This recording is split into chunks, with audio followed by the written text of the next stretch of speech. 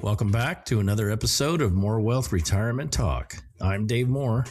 And I'm Shawna Moore. And I'm Jacqueline Gladhill. Morning, ladies. Morning. Well, last week we celebrated Independence Day by talking about America's 250th birthday, the meaning of freedom, some history, a little trivia, and even how financial independence ties into everything we enjoy as Americans. Mm-hmm. It got us thinking. People talk about financial freedom all the time. It's everywhere. Financial freedom, financial independence, freedom from work. But if you ask 10 different people what financial freedom actually means, you'll probably get 10 different answers. Exactly. You know, it's one of those phrases that every one of us uses, but very few people ever stop to really define. And the interesting thing is that there's not necessarily a wrong answer. You know, for one person, financial freedom means never worrying about paying bills.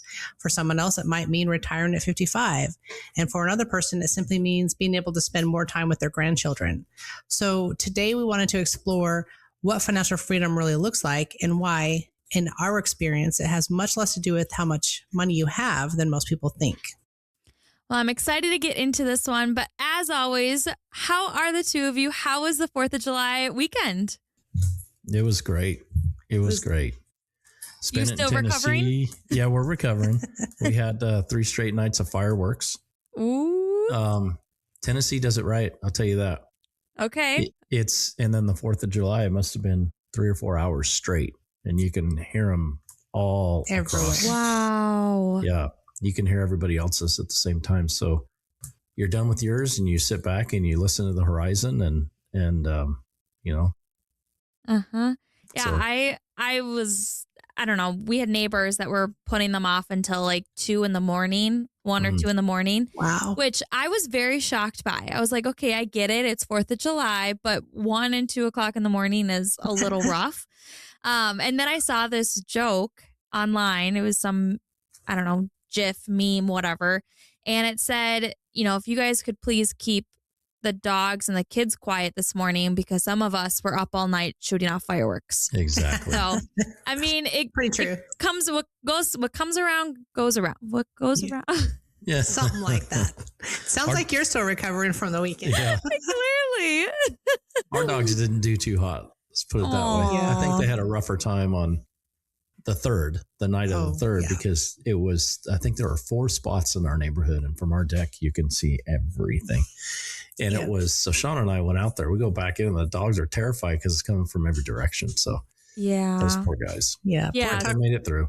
Even during the day, Tucker is still afraid to go in the backyard now. I bet. He's recovering more than we are. Yeah. I think like that's the hardest thing is then you feel bad because you want to, you know, be a good dog parent and you're letting them out, you know, go outside, go to the bathroom, and they just won't. And then they're miserable and there's nothing that you can do about it because you're they don't want to do their business in the house and you don't want them to, but they won't go outside because they're scared. Yeah. I get it. Well, I'm excited to, again, talk about financial freedom and further kind of we're piggybacking on last week's episode. So let's dive in. Welcome to More Wealth Retirement Talk, where finance meets fun. Join financial expert Shawna Moore, sports analogy pro and dad joke king Dave Moore, and Jacqueline Gladhill, who keeps us all on track as we break down retirement planning with insights, laughs, and a whole lot of more wisdom. So let me ask both of you, when clients first come in, do they actually say, I want financial freedom? Well, not exactly. Most people come in saying things kind of like, I just want to know if I'm going to be okay, or can I retire? Or maybe, am I going to run out of money? I mean, that's the biggest concern. The funny thing is no one ever asked us to help them, quote unquote, become financially free. What they're really asking is, can I stop worrying? As someone who sits in a lot of our meetings, I hear the concern over and over. It may come out differently depending on the family, but underneath it all, they're looking for confidence. They want someone to tell them, yes, you can do this, or here's what needs to change before you're ready. I think that's something everyone can relate to, whether you're 35 or already retired, right? Exactly. What they really do is they tell us about their symptoms instead. So they'll say they're worried about taxes. They're worried about Social Security, when to take it. Maybe it's healthcare. They're worried about inflation or market crashes. It could be that they're worried about helping their children that are still getting on their feet, or maybe it's taking care of their parents that are aging. They don't necessarily realize that underneath all of those concerns is one simple goal. I want peace of mind. And to me, that's really, truly what financial freedom is. It's just having that confidence. That's a great point. So, if financial freedom isn't just about having a certain amount of money, maybe even in your pocket or in the account, how do you think about it? What is financial freedom? Well, I tend to think of it in 3 stages. So the first stage is what I would call financial stability. And that's where your basic needs are covered as you're starting out. So you can pay your bills, you're saving consistently. Maybe you're starting to build retirement accounts. Life may not be perfect, but you're moving in the right direction and you have some stability. And you're not constantly wondering whether you'll make it to the next paycheck. That's a huge accomplishment that people sometimes overlook. Right. And then the second stage that I would go into is financial flexibility. So now, you've been stable for a while. Now you're starting to have some choices. Maybe you can take that vacation. Maybe you can help a child with college. Maybe you can replace the roof of your house without going into debt. So you're no longer reacting to every single financial event because you actually now have options. And that's where life starts feeling a little less stressful. Unexpected expenses are still annoying, but they don't completely derail everything. Yep. And then the third phase, this is where I call true financial freedom. And that's when your money supports your life instead of controlling it. So now you work because you want to, not because you necessarily have to. You travel because you enjoy it. You give because you can. And you spend time wherever you choose. So your decisions aren't driven by fear any longer. I love that, and I cannot wait to be in that position. It's really, truly about having those choices in front of you and those options. Exactly. And that's what freedom is. Freedom is choices. Money simply provides more opportunities to make those choices for that freedom. And I really like those 3 stages because I think everyone listening can picture where they are today. Maybe you're still building savings and paying off debt, or maybe you're getting closer to retirement and finally feeling like you're catching your breath financially. Or maybe you're already retired and trying to figure out how to actually enjoy what you've spent decades building. The important thing is not comparing yourself to someone else, which is super difficult to stay in age with social media.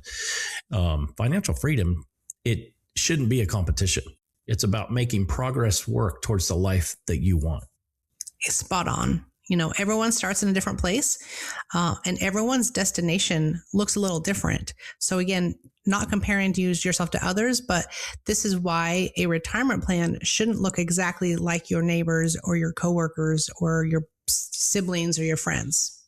Yeah. And I think one reminder too is that financial freedom is not easily seen by others. And most of the time it's deep under your accounts and deep under your retirement goals and everything. And so money is not to be flashy, and that freedom is not being flashy. Correct. It sounds like the common theme through all of this is that financial freedom just isn't really about having the biggest account balance, right? I mean, it's about what that money allows you to do and to have strategy. Mm-hmm. Yeah, and I've always thought about it this way. Imagine spending years building the perfect boat. You polish it, you upgrade it, keep adding to it in general. But then you're so afraid something might happen to it, you never take it out on the water. That's what some people accidentally do with money. They spend decades building wealth, and then they're afraid to actually use it. That's such a great analogy, Dave. Thank you. Yeah, you hit them on spot on lately. You're very good. But the purpose of saving, isn't simply to accumulate the biggest account balance possible, like you're saying.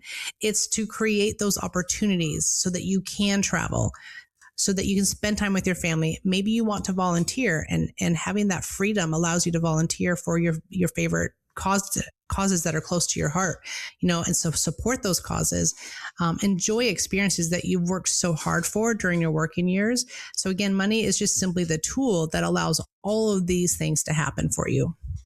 Kind of like when you have, sorry, Jacqueline, when you have room in your backyard for a barbecue pit It helps you stay organized. You actually have a dedicated area.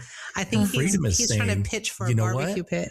I can actually build this and I don't have to Wait, check in with my Are wife. you taking our podcast and now twisting it around I'm to sorry. get something? Yeah, I'm sorry. Okay, that but you what is the barbecue pit? Is it a normal grill? Is it a smoker? Is it a Blackstone? Everything. All the above. He wants Oh. everything. It'll be Okay. all the above. It'll be a little room, I light think it up, You're place pitching. to chill. You're pitching for this, Huh? so that we can talk about it on the next episode or down Freedom. the road. He Yeah. wants that freedom. Yeah, financial Barbecue freedom. for 4th of July. Well, I mean, Not freedom from not having to ask permission. Let's put it that way. you will always have to ask your wife permission. That's correct. That's marriage tip 101. That's what Dave. the ring Waving on the the white left flag. the left hand means. You ask permission. Yeah, exactly. Well, sometimes we're so focused on saving for the someday that we truly forget to define what we're actually saving for and have a purpose. Exactly, Jacqueline. And actually, that's one of the first conversations that we have with new clients. Before we ever start talking about investments or retirement income, we want to understand their vision. What does retirement actually look like for them? What do they envision? What do they want their money to accomplish? Because without that destination, it's truly difficult to build the right roadmap for their retirement. So obviously, we've changed a few details to protect our clients' privacy. But one story that has always stuck with me, involved a couple that had delayed retirement more than one time. Every year they found another reason to keep working. What if the market drops? What if we spend too much? What if something unexpected happens? When we finally sat down and looked at everything together, they realized they weren't really waiting for more money. They were waiting for confidence. And once they look back at their written plan that we wrote up for them, they retired not too long afterwards. They put it in motion finally. That always reminds me that sometimes the biggest obstacle isn't your finances, it's uncertainty. Yes, and that's something that we see fairly often, and we've seen the opposite too. So we've worked with clients who have accumulated significant assets, but they're still just afraid to spend them because they don't know how much is actually safe to withdraw, even when we go through that income plan. But building that income strategy and then stress testing it against different scenarios, we help our clients realize that they can enjoy retirement much more confidently, and nothing necessarily changed about their account balance, didn't change at all. But what we changed was the plan and went through those concerns that they had in those different scenarios. And that gave them that confidence to where they know that they can retire or they can spend in retirement. Once they see that they have an income plan, it's built for those things, it's stress tested, and then they can move forward. Yeah, and I think that there's something to be said for having something written down that you created in the calm rather than the uncertainty. And then you can refer back to it when you aren't as calm and when you need that. And that's why we always say that retirement planning is not just about investments. It's about understanding where your income is coming from, how taxes fit into the picture. When does taking Social Security make the most sense? Things like how does healthcare affect your plan and what happens if markets do become volatile? And when all those pieces come together in a written strategy, you're no longer making decisions based on fear. Instead, you have a roadmap that you can actually follow and take you through retirement confidently. Mm-hmm. And one thing that's really stood out to me today is that everyone's version of financial freedom is different. Dave, yours is a fire or a Barbecue pit. Barbecue pit. I would say mine's probably a trip to Italy. Shawna, what's yours? To be honest, I don't even know. Mine is whatever my husband wants, even though he claims that he has to ask permission. Okay, I think that's as much He's of a happy, I'm lie as happy. his lie was. Mhm. You know what? I'm off the podcast. I'm going to Lowe's right now. Oh, no, you're not done yet. Shameless Lowe's plug, by the way. Yeah. Is that allowed? That's allowed. Okay. Well, for one person, again, it could be that traveling the world, like Jacqueline, you want to travel the world, obviously. For another, it's staying close to home, like Dave, and having a barbecue pit. Some people dream of buying an RV and traveling across the country. Some, want to leave a legacy. Others simply want to know that they won't become a financial burden to their family and their children. So there isn't one definition, and that's okay. The important thing is identifying what your freedom looks like before building the financial plan. Because if you don't know where you're trying to go, it's very difficult to know whether you're on the right path. And this reminds me of my favorite part of the business. And that's when we're meeting new people. Before we ever talk investments, we talk about goals. What does retirement look like to you? Because investments aren't the purpose. They're just one of the tools. I couldn't agree more, Dave. I think when you sit down and realize what your goals are, that's your intentions that are going to be driving your decisions. That's right. That's right. Well, if today's conversation showed anything, it's that financial freedom isn't really about chasing a number. It's about reaching a point where your money gives you choices instead of stress. For some people, that's retiring early. For others, it's helping grandchildren, maybe traveling more or giving back to causes they care about, or just simply knowing they won't become a burden on their family. Whatever your definition of financial freedom looks like, it starts with having a plan that's built around your goals, not someone else's.